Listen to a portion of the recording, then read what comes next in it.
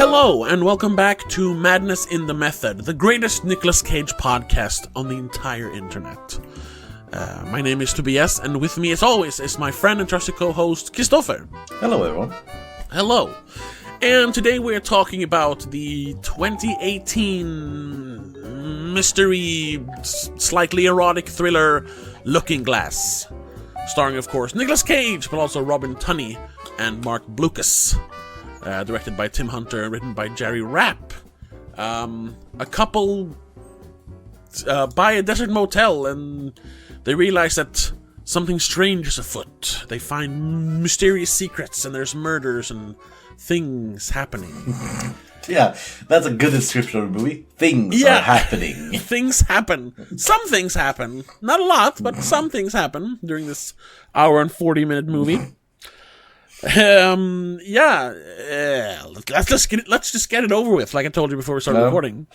So 2018, Nicolas Cage. This is after his kind of resurgence after Mandy, but I mean, he obviously still had a lot of stuff he already filmed. So this feels like pre-Mandy stuff. Yeah. And I guess nobody's ever heard. You never heard this? I never heard this, I guess. Never heard of it. No. I didn't even know it was on our list until last week. Yeah. But so I guess can answer that. Had you heard of this movie before? No. No, me neither. Not at all. And I think it would have been better if I hadn't. Spoilers, it's not a good movie. No, it's not. This is one of those, we've talked about it a lot. Obviously this is a paycheck for him. I gotta say though, I can see that the intrigue, like why he, if he read the script, why he would find it interesting, because there is a bit of a mystery. There's some kooky characters like the truck driver guy, and even though it's pretty amateurishly shot and everything, I did enjoy. I think the premise is interesting.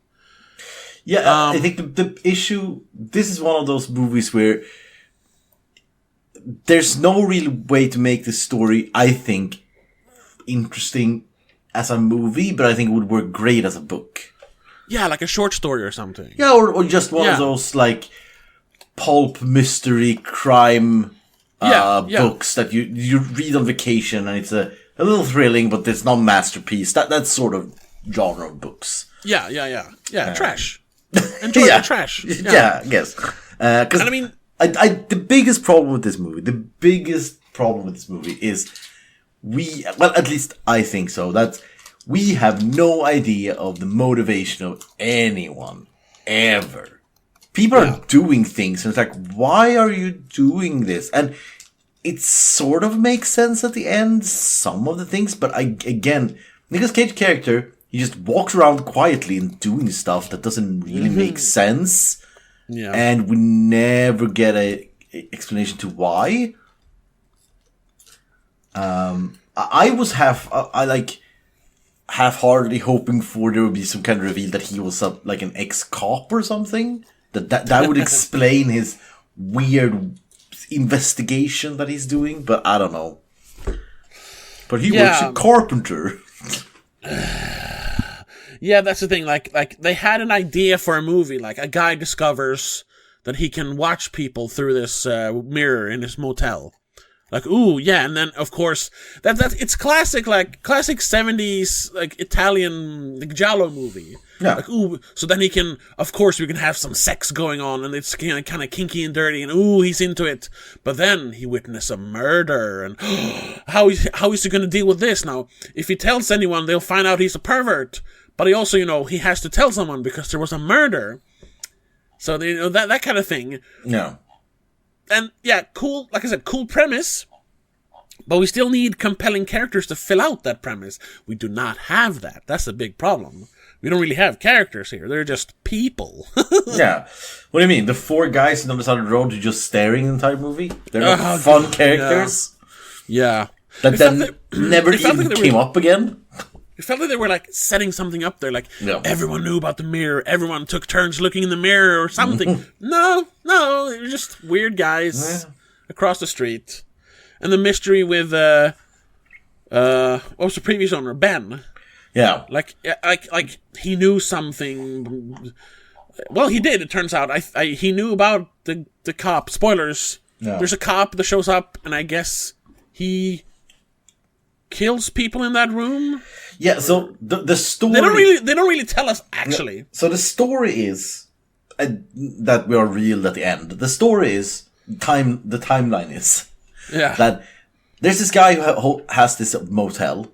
Yeah. He has built in number 10. He has built a one-way mirror so he can watch people in that room.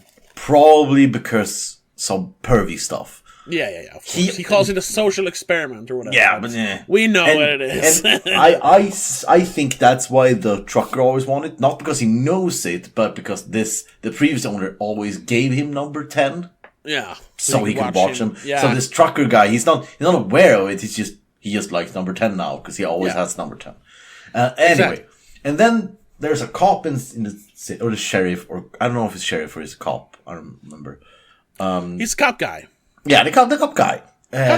And he then kills a girl in room number 10, and the previous owner sees this, but he doesn't tell anyone.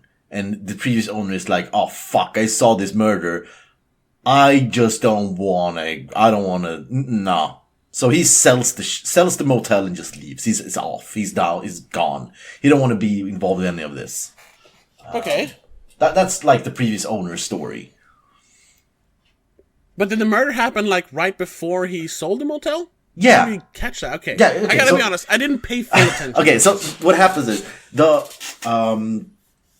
we are revealed in the end of the second act. Mm-hmm. It's revealed. The cop is actually saying this to Nicolas Cage that when they were a week before they were came there to look at the motel. A week before that, a girl was killed. Oh right, yes, okay, yes, I remember. And they're like, so the cop is like, so that's a weird coincidence that she was killed and you show up. Yeah, shift blame. Yeah, but actually, that's why the previous owner wanted to sell it so quickly, because a week before he saw the murder. So he sells it to Nicolas Cage. They get there, and for some reason, I don't know if it's cop or if it's the guys on the other side of the street or if it's just random guys in the town. They never really talk about this. They they throw a pig carcass in the pool and sprays like blood on the windows or something. Mm-hmm. And I didn't get what that was about. No, I mean, yeah, she was found cut up like the pig was in the pool. Yeah. And I would sort of get it if it was still the old owner. So it's like, you fucker, you made this happen on your watch. But it's new owners. Why would they do that? Yeah, those are the kind of things where they kind of want to introduce that this little community is kind of weird. Yeah. But that doesn't go anywhere. Yeah. It's more like just not red herrings. It's like, we have nothing to do here, so we just need to put some suspense in here, sort of. Yeah, exactly. Yeah. And then, so this cop comes by, and I guess he's nervous that the new owners know something or found something.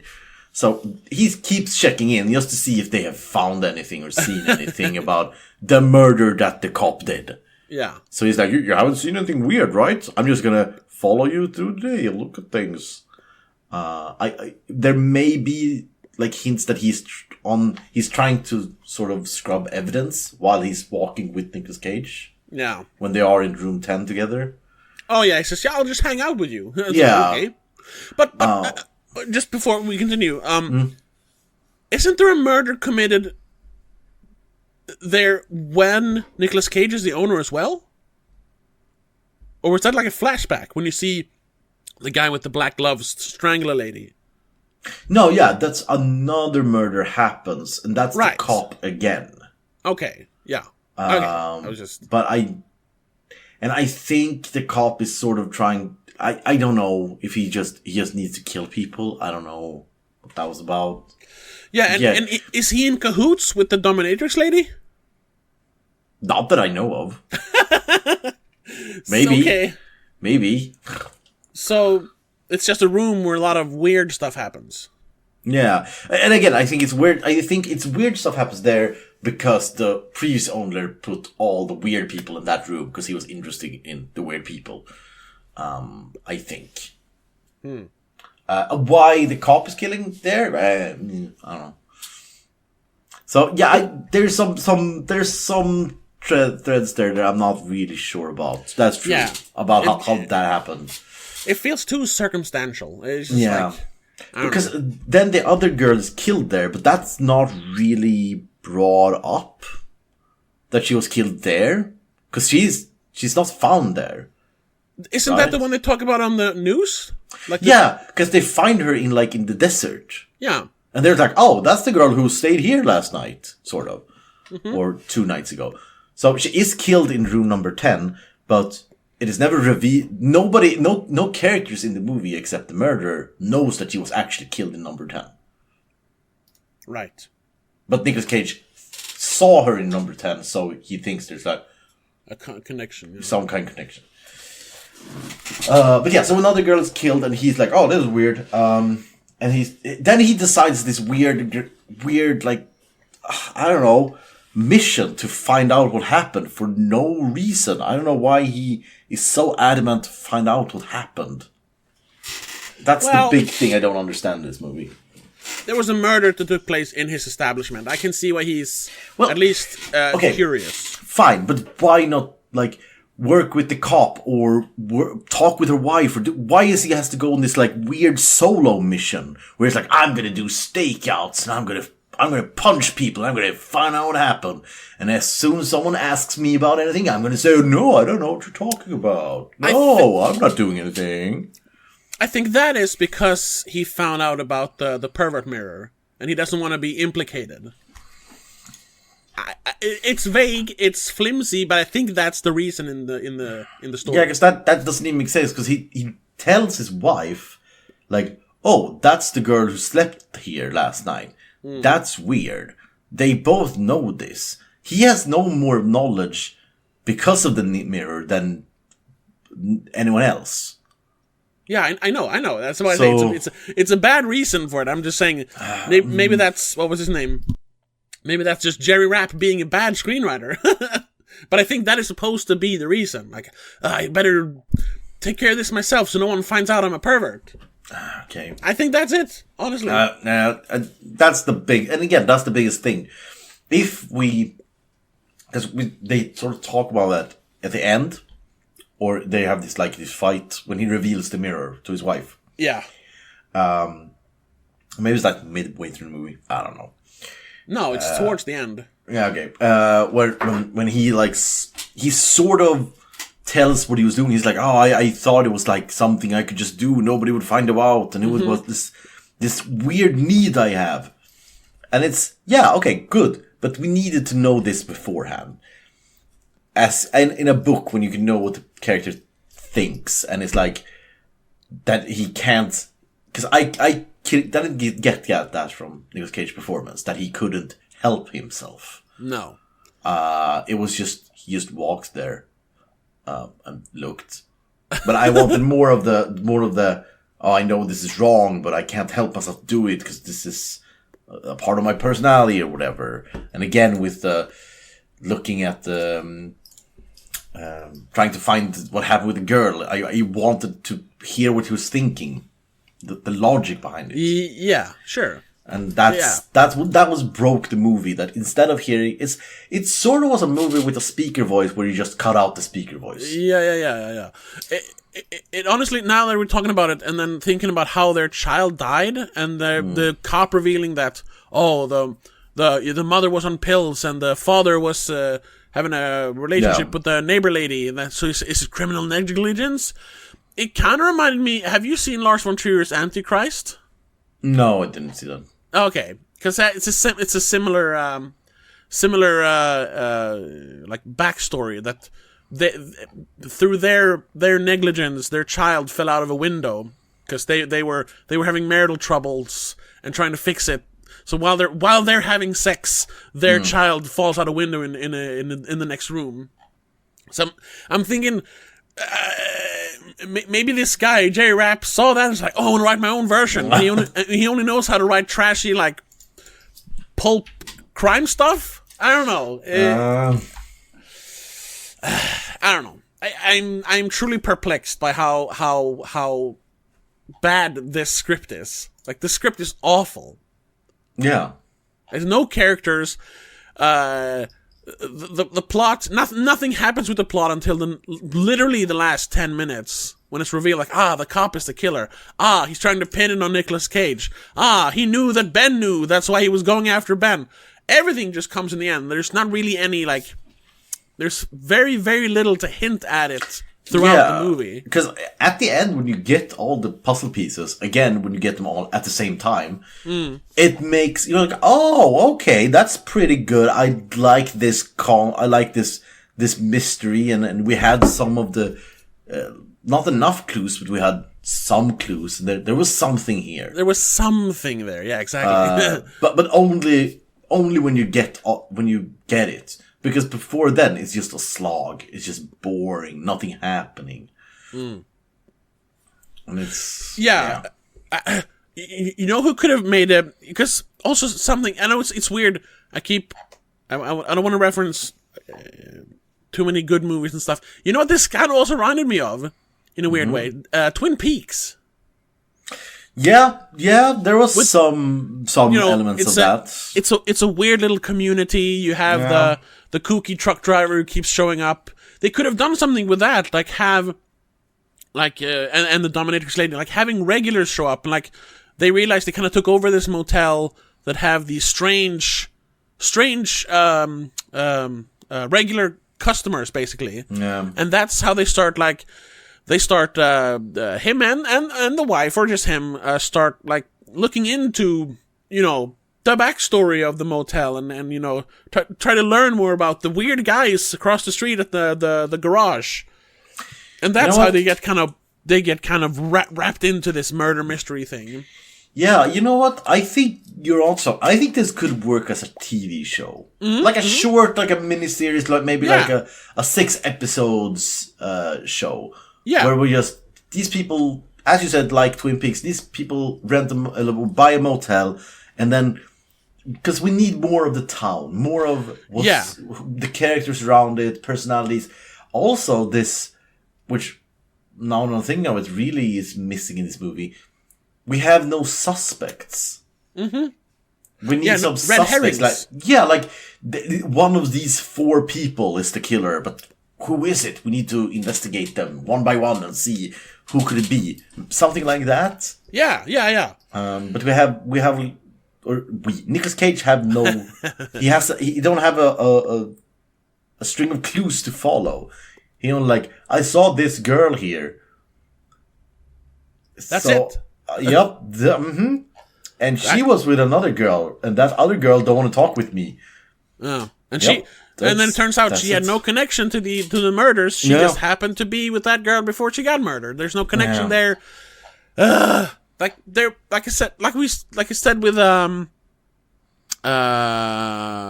it called? The Humanity Bureau, that sci-fi movie where he takes care of the family. You remember that one? Oh, barely. Okay. Oh, what was that? It's that super low budget movie where there's no food left in America, so they that one. They force people to live in the cities, but they're actually just like turning them into slaves or whatever it is. And they have the Humanity Bureau. I remember. I know. Me neither. But it reminds me of, because that's an interesting premise. They just don't do anything with it because they didn't have a budget, and it was just made by people who were bad at filmmaking. This is a similar thing. Like, it had potential. It could have been something if you had competent people behind the camera. Yeah, fair. Because, I mean, you have acting talent. You have Nicolas Cage. We know he's capable of, like, great acting. You have Robin Tunney. I don't call her a great actor, but I mean, she's a good actress. She can do capable. stuff. She's capable. Yeah, she's capable. I like Robin Tunney. But, there's nothing there. Nothing. Yeah, and it is one of the worst Nicolas Cage performance. Mm-hmm. Yeah, he feels very... very uninterested for the most part. Yeah, and you can see that he's trying to do something, to convey something, but I can't find what it is. No. This is definitely one of those roles where you could have seen literally anyone. Yeah. There's nothing here that sticks out. He doesn't bring anything to the role, unfortunately. No. Yeah, this is a total... I don't want to... Yeah, no, it is a total phone-in job. Whatever. Yeah, actually. He said, yeah, standard rate 1 million. I'll give you 4 weeks of my time. Then we move on. Thank you. That's what it feels like. Saying that, I think most of the other actors were pretty good. Yeah, they're fine. I think the sheriff was really good. I liked him a lot. He was, yeah. He was weird. He was weird, but in a perfect way that you couldn't really pinpoint if is he a bad guy or is he just a weird guy. Yeah, because he kept coming back asking for Ben, like he knows something. Yeah, and he does these he does that several times where he's like, did he do it? Did you do it? Come on, say, oh, did you? No, I'm just kidding. And it's like, what the fuck? What are you talking about? Yeah, it was so. And it did. I think like twice or maybe even 3 times in the movie. It did that weird. I'm just kidding scene. Yeah. And you don't even know up until the very end. You don't even, is he a good guy or a bad guy? I don't know. Wait, and honestly, that's good. Yeah. When you're not sure, that's good. Yeah, and I think that's fizzled into. Oh, okay. Oh. That's so he I think he was the best performance in the movie. Mm-hmm. I think Robin Tunney did a good job at what she had. She didn't do much, but she had this. I think she had this good quality of. You saw that she was an unhappy person trying to be happy, sort of. Yeah. And I think that went through the performance. So yeah, it was really just Nicolas Cage who was bad in this movie. Yeah, and there wasn't many more notable people in the movie at all, so it's worth mentioning. Again, I guess the trucker, but he was fun. But he was. Yeah, I wish we had more. Like I said, more like that, more comedic stuff like that. Weird regulars that showed up. Yeah. Oh. Promiscuous trucker guy. Yeah. Number 10's yours. Here you go. And here we have the weird, food fetish guy who wants number 8 because he, shoots mukbangs in there or something. I don't know, something like that. But yeah, then we would enter the TV show like 8 hours stuff. We could introduce more stuff like that. The movie we want wouldn't fit in this time scale. No. This could have been back to Twin Peaks, back to David Lynch. This could have been like a good spin-off season of Twin Peaks. I guess. Yeah. I don't want to shit on the 3rd season of Twin Peaks because I haven't seen all of it, but this could have been a good 3rd season of Twin Peaks instead of that Twin Peaks: The Return thing, which was good, but it was so weird. I don't know. Have you seen it? I'm thinking Twin Peaks. Oh, no, I didn't see that. I was thinking if I even saw season 2. But yeah, I did see season 2. But it was like 2 years between 1 and 2 for me. Because I thought 1 was perfect and I didn't want anything else to ruin it. No, yeah. Season 1 of Twin Peaks is great. Season 2 is... It starts out good, then there's a long stretch of blah, and then, cool ending. Yeah, you can really feel in the second one that it's... sort of, they just make it weird to be weird. Yeah. Sort of. They try to make it a real television show instead of a David Lynch television show. Yeah. It felt more like an actual like soap for a while. Well, yeah, no, I mean more with the weird like there's this red room and all these weird, the cabin in the woods and the owl guy, and it's just. There's a lot of just weirdness that doesn't go anywhere. It's just weird to be weird. Yeah. Anyway, this is not the Twin Peaks. No, sorry.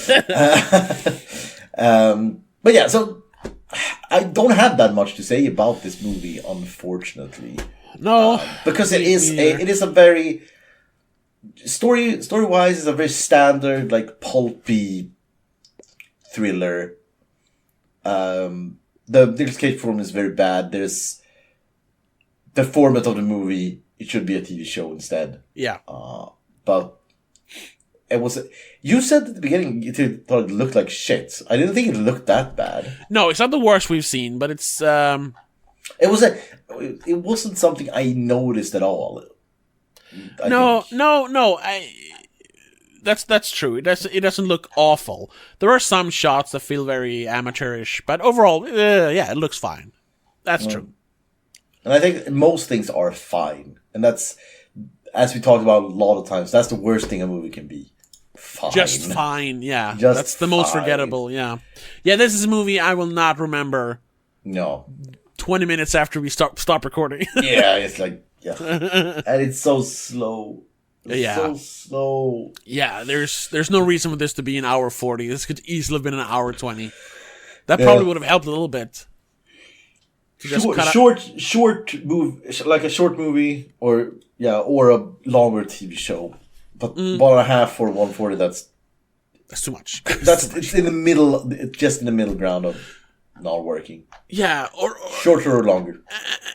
And stuff, I don't know, it doesn't really add anything, but also it's so short. Like, what was the deal with the cleaning lady? Him having, like, dirty dreams about the cleaning lady, and then her finding a snake in, I think it's room 10, right? This feels like that was supposed to be something, and then that doesn't go anywhere. It just, him picking up a snake, and then the cop shows up, and then we're in the end of the movie, really. Like, what was all that? Why add that? Just cut that out and go right into the murder mystery thing instead. I wholeheartedly believe that's just padding. They wanted to, not padding. They wanted to have to show red herring or things happening without, but they had nothing. Yeah, so it doesn't go anywhere. So, but there's a snake in there. Okay. Yeah, but padding a movie at that point, padding the movie at that point is like, why? That should have just been cut out. Then the movie would have been, it would have been 5 minutes shorter. That would have at least made it shorter. My God. It would be 5 minutes shorter, so it would be shorter. Yeah. Well, alright. Is that your review of this movie? Yeah, that if it was shorter, it would have been better. If it was 5 minutes shorter, it would be shorter. Yes, yeah. That's my review. That's what I'm going to write on Letterboxd. If this was 5 minutes shorter, it would have been shorter. 1 out of 10. Great. Or 1 out of 5, I suppose. Yeah. So let's. Oh, this is actually going to be a short episode, I think, because we're at 30 minutes almost. And there's like no trivia. There's nothing to say about behind the scenes either. I haven't even looked at the trivia. There's nothing, I suppose. No, there's like 5 pieces where it's like one of them. They are the part of it was filmed here. That's like the trivia. That's I can lodge in Canada. UT, wherever that is. Oh, cool. Another was, in an interview with the Hollywood Reporter, Robin Tunney described Nicolas Cage as one of the greatest actors ever, saying she enjoyed working with someone. Yeah. She never enjoyed working with someone as much as him. I can see that. Yeah.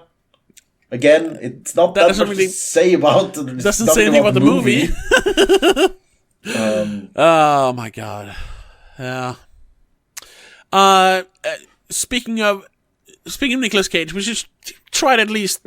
We've already talked about his acting, but like, speaking of like rage caging, there's no rage cage here. The closest we get is that weird fight they have where he decides to cool her off by putting her in the shower, and he just goes, cool off, okay, and starts showering her. Oh yeah.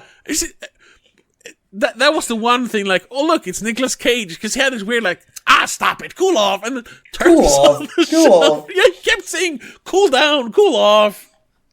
That was a big thing with this movie. People repeating themselves, repeating their line like, over and over and over and over again. Yeah, almost like they were padding. He could have said cool off once. Yeah, but again, as the officer was like, did you do it? Did you do it? Did you do it? How'd it get burned? How'd it get burned? Yeah. It was that, yeah. Ugh, yeah. Truly, truly frustrating, this movie. So, one more trivia that's maybe a little interesting. Uh-huh. The year before this movie came out, there was a documentary came out called The Voyeur, which is about a person who owns a motel in the desert and watches his guests through a one-way mirror. Okay. That sounds interesting. I'd watch that. Oh, yeah. No. It came out 2 years before. No, 1 year. No, 2017, yeah. Sorry, 2017, 1 year before, yeah. So maybe there's nothing that it is inspired, but maybe it could. No, the trivia says the film seems to be an exaggerated Hollywood version of the true life story of Gerald Foos from the documentary Voyeur. Yeah. I'm gonna. Oh, it's no, it says it's on Netflix. I'm gonna check that out. That might be interesting. I don't know. More interesting than this, at least. Yeah. Because at least there's a real life weirdo you can like. Oh, what a weird guy! Ugh. What a weirdo! What a weirdo! This is just like, okay. Yeah, this truly was a dud all the way through, except for the premise, I suppose. They could have done something with, I think, with the premise. If they had a better script with a better director. So basically, if this was another movie, it would have been great. Yeah. I suppose. We're full of compliments today. Yeah, I mean, it should have been shorter and a different movie. Yeah. I think we've said that before about some of these Nicolas Cage movies. If it was a completely different movie, it would have been great. Yeah. And this is one of those. And now, I'm honestly struggling to find anything else to say about this movie. So, should we read some reviews? What do people think of this? We can look over. It has better than I think it should have on IMDb. It's a 4.7, or I guess it is in the middle of the road. It is, I guess it's correct. So 4.7. Yeah. So there was one here that I saw. It's a 6 out of 10. It seems like most of them are like very middle of the road. But this one is Cage Hotel. What would you expect from a hotel that Nicolas Cage is overseeing? Madness. Pure madness. Actually, it's not even as mad as one might expect. It has some colorful, interesting characters and some storylines that do not accumulate to anything. It was nice seeing Robbie Downey again, especially because I did revisit the original Craft movie she was part of. I was surprised that she got naked for this. Not sure if that bothers or enlightens you. That's up to you to decide. The movie generally speaking has some sexual undertones and depravities, depending on your moral viewpoint, of course. Characters may not always be who they seem to be, but I don't think the twist here is very surprising. Still, and even if you got fed up with Cage in movies like this one, it's not that bad. Or maybe I'm being too nice again. That review just sums up the movie very. It's like, maybe. Yeah, and honestly, the professional reviews are kind of the same. It actually got one. It has a 33 Metascore, by the way, 33 out of 100. It has one positive review, I think. Yes. Got a 75 from Chicago Sun-Times. Richard Roper wrote, the director of the film is Tim Hunter, whose feature career goes back to such 1980s gems as Tex and River's Edge. Never heard. Oh, I know River's Edge, though. And whose TV credits include everything from episodes of the original Twin Peaks, to Mad Men. Oh, okay. And then actually, that's only the first mention though of David Lynch. That's kind of funny. I didn't read these before. There was one. Are else. you sure? Yes. Where was it? I saw one more that mentioned something Lynchian. Where was it? Here. Los Angeles Times gave it a 3 out of 10, 30 out of 100. Looking Glass ultimately feels trapped between leading towards Lynchian identity weirdness, and suggesting a classically character-driven slice of indie exploitation, despite a suitably retro Tangerine Dream-like score that vibrates suspensefully when needed. That's what I mean. Someone else here, Slant Magazine, 38 out of 100. There's no follow-through or follow-up on how the main character's voyeurism informs his burgeoning sexual perversions. That's what you need. That's what I mentioned, like Giallo. This needed to be more erotic, more sleazy, perverted stuff. Because, that's the kind of stuff you want in a Giallo. It could have been like if this was like in the 90s, this would be Michael Douglas, and he would be super horny all the time. Like, that's not great filmmaking, but it's something at least, kind of reminds me of what's it called? There's a movie called Sliver, I think, where one of the Baldwin brothers, one of the lesser Baldwin brothers, he's the caretaker in a big what's it called? High-rise apartment building, and he has hidden cameras in all the apartments. Right. Yeah, I remember that. I've seen that movie. Yeah, and he, of course, gets obsessed with this lady who moves in there, and he keeps spying on her, and they're having sex and shit. Like, yeah. It would work if they actually leaned into that and turned it into more of an erotic thriller. What was that? Sexual thriller. Is that a name of a genre? Is that? No, well, yeah, erotic thrillers. Erotic thriller. Erotic thriller, yeah. Basic Instinct. Specifically that movie that you just mentioned. Yeah. That is the one I always think of when I hear erotic thriller. That is the movie.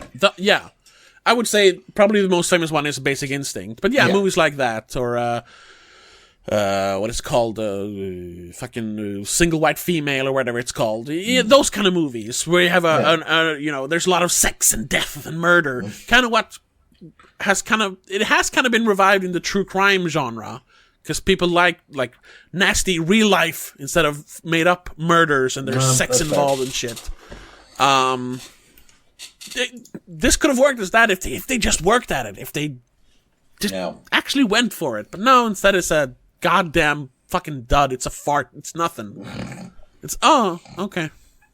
That's it. So I read another. This is, I think. So this is the 8 out of 10. So jeez, okay. I just think it's not. No, it's not. Yeah, it's not. It's not. But I think just the review was very. It's very telling. It's very interesting from the point of this podcast. So there was a time Nicolas Cage was an acting god. Then he got older and the movies he shows were not that great. But now he has come to terms with his age and the acting is back, guys. Great level acting. Good movies. There are not super blockbusters he used to make, nor is that Hollywood god, but everything has a season. And this Nicolas Cage is like good old wine. As for this movie, good suspense, great acting, and very good premise. Great quality, simply put. Cage is back, and the B-grade movies are long behind. I don't think this review doesn't fit for this movie, but it does sort of show the change of tone and change of opinion on Cage. Yeah, definitely. Because as we talked about, this is sort of when it changed. It switched. Yeah.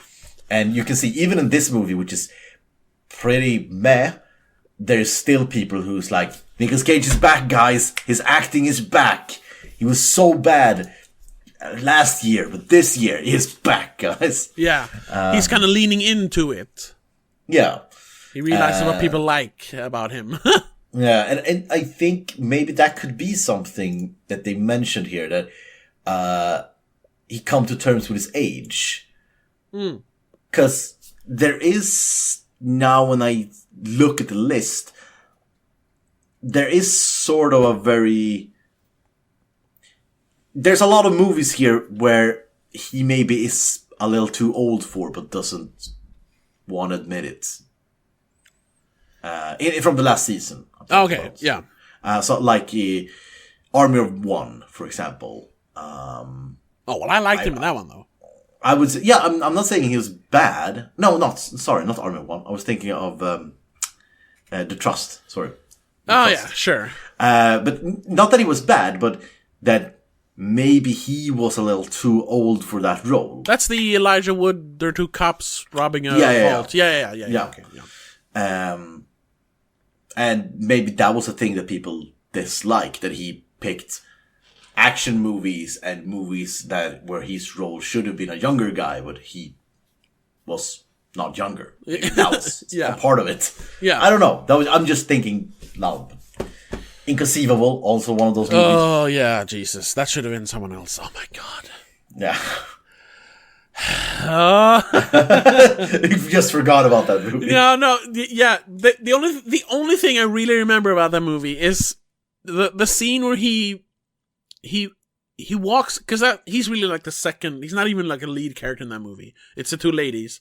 It's the scene where I don't know if you remember this, because it's not even a scene, but he takes the child out of the room where the two women are, I think, and he does this weird dad walk, like with the child out of the room. That's the only thing I remember about it. And it's not even like focus. It's just in the background. He walks out of the room goofy with the little child. It's like, that's it. Yeah, no, I can't say that's something I remember of the movie.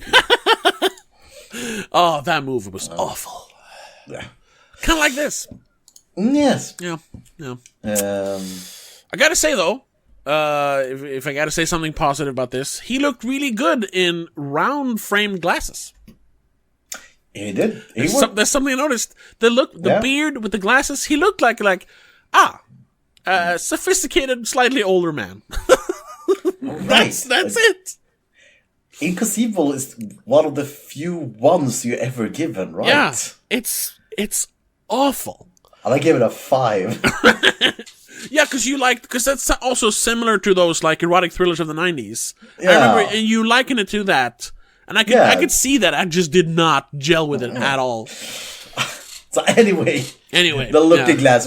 We can keep talking about other things for a while, but I think we're done with the movie now. Yeah, we'll wrap this one up. So let's get to our rating.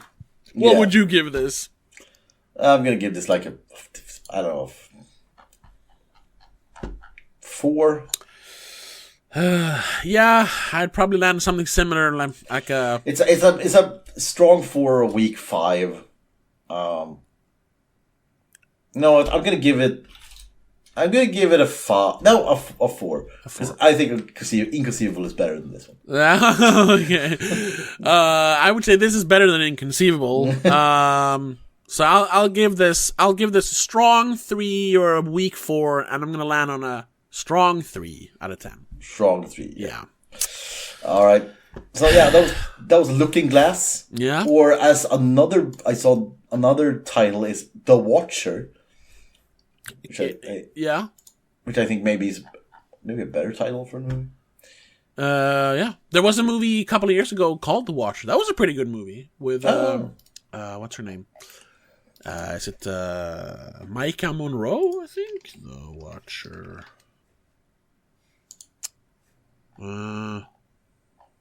Yeah. The Watcher, 2022. Micah Monroe and some other people you don't really know. A young American actress moves with her husband to Bucharest and begins to suspect that a stranger who watches her from an apartment window may be a serial killer. That was pretty good. You should check that one out. All right. Rather than this, The Watcher. And next week I have written it down as The Bank Heist, but apparently that's only called Bank Heist in Scandinavia, nowhere else in the world. The movie's called 211. 211. Oh, yes. I have seen that poster somewhere. I think I've seen the DVD cover somewhere.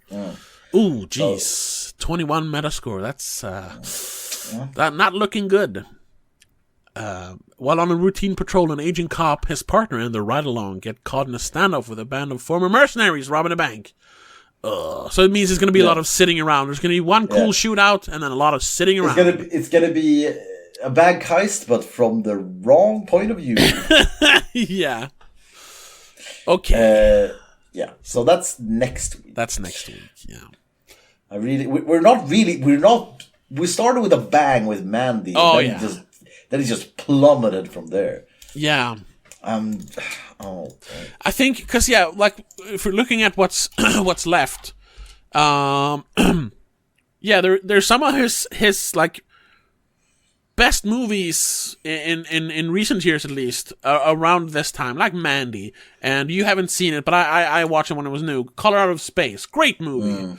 A little bit later, we have Pig, of course. God, I can't wait. Because you haven't seen Pig, right? No. That was I waited for this podcast. Yeah, because it was kind of that was the start of this. Like, we were going to get to Pig, sort of like we did with Adam Sandler. We were working our way towards Uncut Gems. Yeah. Yeah. I can't wait to get to that one. But he's made, it looks like, just reading the titles, there's, just like last season, a lot of trash in between the good movies. Yeah, I can't wait for Willy's Wonderland. I was hoping there was going to be more good stuff here, but at this point, it doesn't look like. Cause that one, Between Worlds, that movie, I'm just looking at the score, it has a lower score than both Looking Glass and the Bank Heist, 2-on-1. Yeah. So it's just going further down. Anyway, looking forward to that. Yes! I'm so happy we're still doing this. Oh, God. Anyway, let's wrap it up. Yeah. Thank you so much for listening to this riveting episode of Madness in the Method. If you like the show, you should support it over on patreon.com/don'tmakeascene, where you can listen to some episodes in advance. There's also a bunch of exclusive stuff from my other podcasts. $3 a month. Check it out, people. But other than that, we'll be back next week with the Bank Heist /2-on-1. Hopefully it's so bad that it's good. But I get a feeling it's not. Yeah. We'll see. Yeah, that's it. Thank you for listening. Have a good one. Bye. Bye, everyone. Madness in the Method is part of Please Don't Make a Scene. It is produced and directed by Tobias Vedén and hosted by Tobias Vedén and Christopher Berlin. Executive producer is Annika Vedén. A huge shout out goes to all our patrons on patreon.com/don'tmakeascene. Mom, Dad, Laura Kinney, Danny Del Gaiso, Christopher Berlin, Mac and Mom, and Zika85.